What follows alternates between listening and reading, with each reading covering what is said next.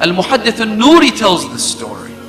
He says that there was a Christian man who befriended the chief of a Shia tribe who lived near the marshlands in the south of Iraq, in Basra.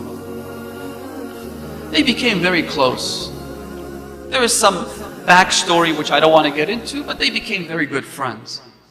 He says one day this chief of the tribe said to his Christian friend, he says that I'm going on a trip and I'll see you after I return. He said, where are you going? He said, I'm going on a pilgrimage. These are the days of Arba'een and I'm going to Karbala to visit Imam Hussain. So this Christian friend of his says, well, why don't you take me with you? He said, look, this trip isn't for you. This is for us Shia. And we share the grief of the Prophet. We send our condolences to Fatima al-Zahra. I mean, these are things that you're not familiar with. So maybe you could stay here, we'll go and then we'll come back. He said, no, if you're going, I must come with you. He said, sure. So they take this young Christian man along with them.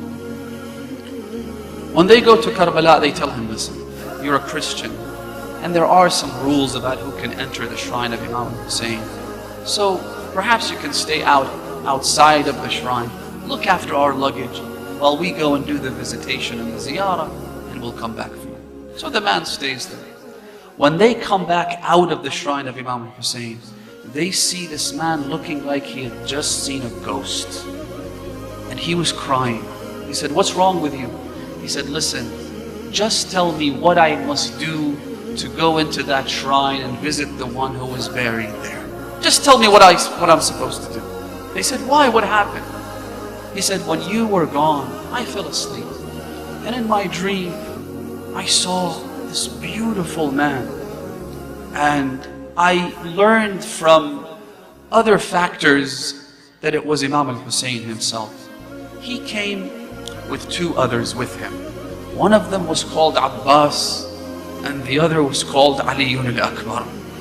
They both held these big scrolls, big books, and they were writing the names of the visitors and the Zuwar of Abu Abdullah Hussain. So the Imam told both Abbas and Ali al-Akbar, are you sure you have all of the names recorded? They said, yes, Ya Abu Abdullah, we've recorded all the names. So Hussein told them to go back because there are names missing from the list. They went for a while and then they came back and said, Ya Abu Abdullah, we've recorded all the names, including all of the children, including all of the unborn fetuses in their mother's wombs, including all the people that are still walking towards Karbala but haven't yet made it to the holy city. We've recorded every name out there. The Imam said, there must be someone else. So Abbas said, Ya Abu Abdullah, there is this Christian man who's outside your shrine. We didn't write his name. So the Imam said to him, Awama qad nazala bisahatina. Is he not our guest now? Is he not sitting in our backyard? Make sure you record his name as well. So they recorded my name. And now all I want you to do is to tell me how I can go into the shrine of this man and pay my respects and visit him. Brothers and sisters, Imam al-Hussain is here to save us. This ship is going to be around for the next 10 days and then 10 nights. This ark is the ark of salvation, brothers and sisters. Imam al-Hussain is so sublime. He is so lofty. His position is so high.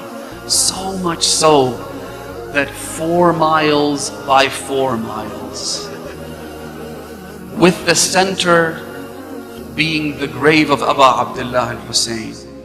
That dust that you collect from this city is so sacred, it is so holy, that God says you should put that on your forehead, then say Subhana Rabbiyal A'la wa bihamdih. When you pray on the muhr of Hussain, when you pray on the dirt that is collected from that 4 mile by 4 mile radius in Karbala, the hadith says تَخْرُقُ الْحُجُبَ السَّبْعَ, the 7 veils that that separate us from Allah subhanahu wa ta'ala are torn, because your head is now resting on that dirt, on Turbatul Hussain, on Teenul Hussain.